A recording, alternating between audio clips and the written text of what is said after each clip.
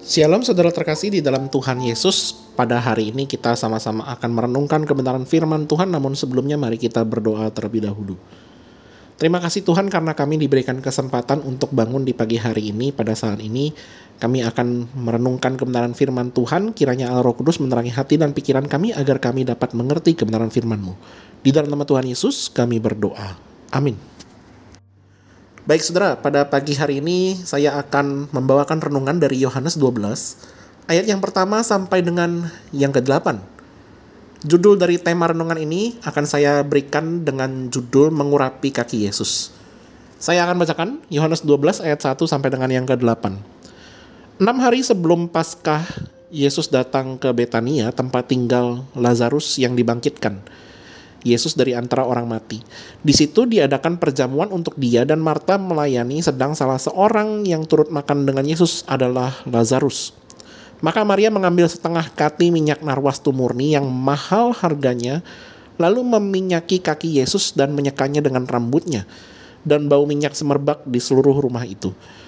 Tetapi Yudas Iskariot, seorang dari murid-murid Yesus yang akan segera menyerahkan dia, berkata, "Mengapa minyak narwastu ini tidak dijual 300 dinar dan uangnya diberikan kepada orang-orang miskin?" Hal itu dikatakannya bukan karena ia memperhatikan nasib orang-orang miskin, melainkan karena ia adalah seorang pencuri. Ia sering mengambil uang yang disimpan dalam kas yang dipegangnya. Maka kata Yesus, "Biarkanlah dia melakukan hal ini mengingat hari penguburanku. Karena orang-orang miskin selalu ada padamu, tetapi aku tidak akan selalu ada pada kamu." Sedemikian pembacaan firman Tuhan, mari kita merenungkannya. Saudara mungkin pernah mendengar tentang Robin Hood. Robin Hood itu adalah sebuah legenda dari rakyat Inggris. Menceritakan kisah Robin Hood ini adalah tentang seseorang yang hidup sebagai seorang bandit yang tinggal di hutan Sherwood. Dia mencuri dari orang-orang kaya yang ada di Nottingham, dan kemudian hasil dari rampasannya itu dia bagikan kepada orang-orang miskin.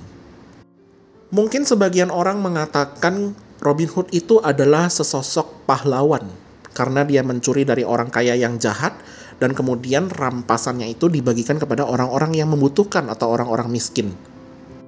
Namun bukankah realita di dalam kehidupan kita masa kini, kita juga diperhadapkan dengan situasi yang seperti itu? Di mana orang-orang itu rela untuk korupsi ratusan triliun hanya untuk membahagiakan istri dan anak-anaknya, mungkin dengan atas nama kasih dan keadilan, sama seperti Robin Hood juga. Namun apapun alasannya, tindakan mencuri tetaplah adalah tindakan yang berdosa. Dan di perikop ini kita diperhadapkan dengan dua sosok orang yang akan saya garis bawahi, yaitu Yudas Iskariot, sang pencuri itu, dan juga sosok Maria yang dengan setulus hati memberikan pengorbanannya untuk menyembah Yesus. Kalau seandainya kita melihat peristiwa itu, kita melihat bahwa Maria mengambil setengah kati minyak narwastu murni, harganya itu mencapai 300 dinar. Kalau misalnya kita melihat dari Matius 20, di mana perikop itu menyampaikan tentang perumpamaan tentang orang-orang upahan di kebun anggur, kita akan mendapati fakta bahwa orang-orang yang diupah pada saat itu mendapatkan upah 1 dinar 1 hari kerja. Berarti kalau 300 dinar itu sama dengan hasil pekerjaan dari 1 tahun. Mungkin kalau dikonversikan ke rupiah, kira-kira mungkin harganya berkisar sekitar 50 ribuan rupiah dalam 1 hari kerja. Sekali lagi mengingat karena itu adalah upah bagi orang-orang yang bekerja di kebun anggur pada saat itu. Dan mungkin upah yang lain dari pekerjaan yang lain bisa bervariasi harganya. Namun ada satu hal menarik yang dikatakan oleh Yudas Iskariot.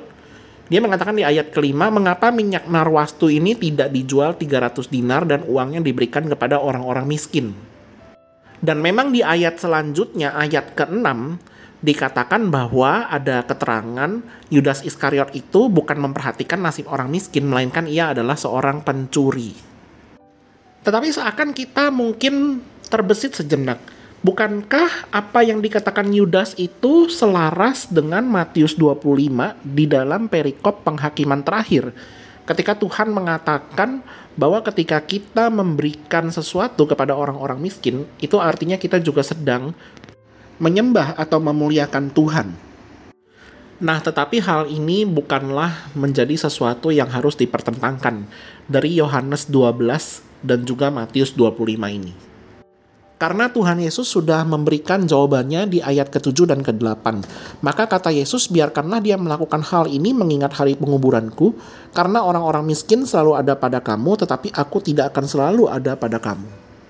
Dengan kata lain, peristiwa sewaktu Maria mengurapi kaki Yesus, itu adalah peristiwa yang diizinkan oleh Tuhan semasa waktu Tuhan Yesus itu masih berada di dalam dunia ini. Dan Tuhan itu tidak menghina pengorbanan dan juga penghormatan yang diberikan oleh Maria kepada Tuhan Yesus. Melainkan Tuhan tahu bahwa Maria melakukannya itu dengan ketulusan hatinya untuk memberikan penghormatan kepada Tuhan Yesus.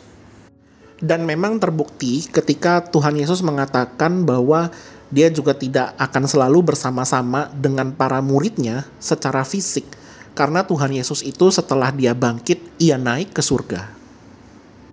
Meskipun secara keilahian kita tahu dan bahwa juga di dalam Allah Tritunggal, Allah Roh Kudus pun juga bersama-sama dengan kita.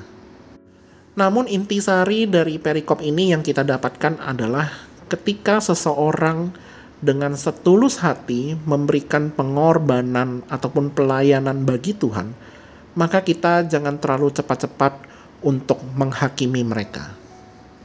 Yang paling gampang itu kalau misalnya kita lihat di dalam ibadah, saya kasih ilustrasi misalnya seperti orang yang bermain musik.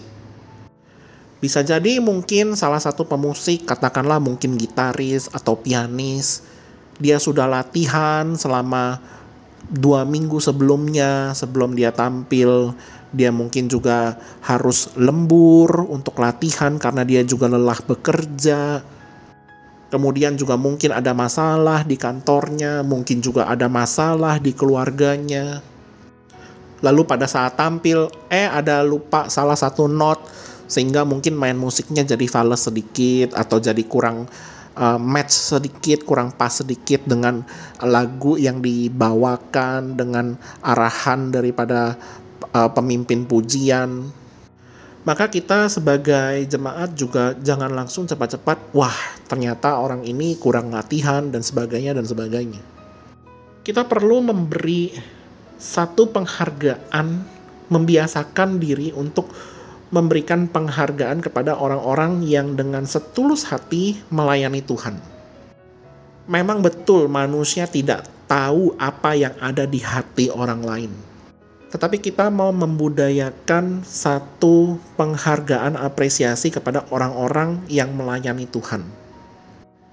Minimal kalau kita tidak bisa ngomong terima kasih, minimal jangan menggerutu tapi kita senyum kepada mereka.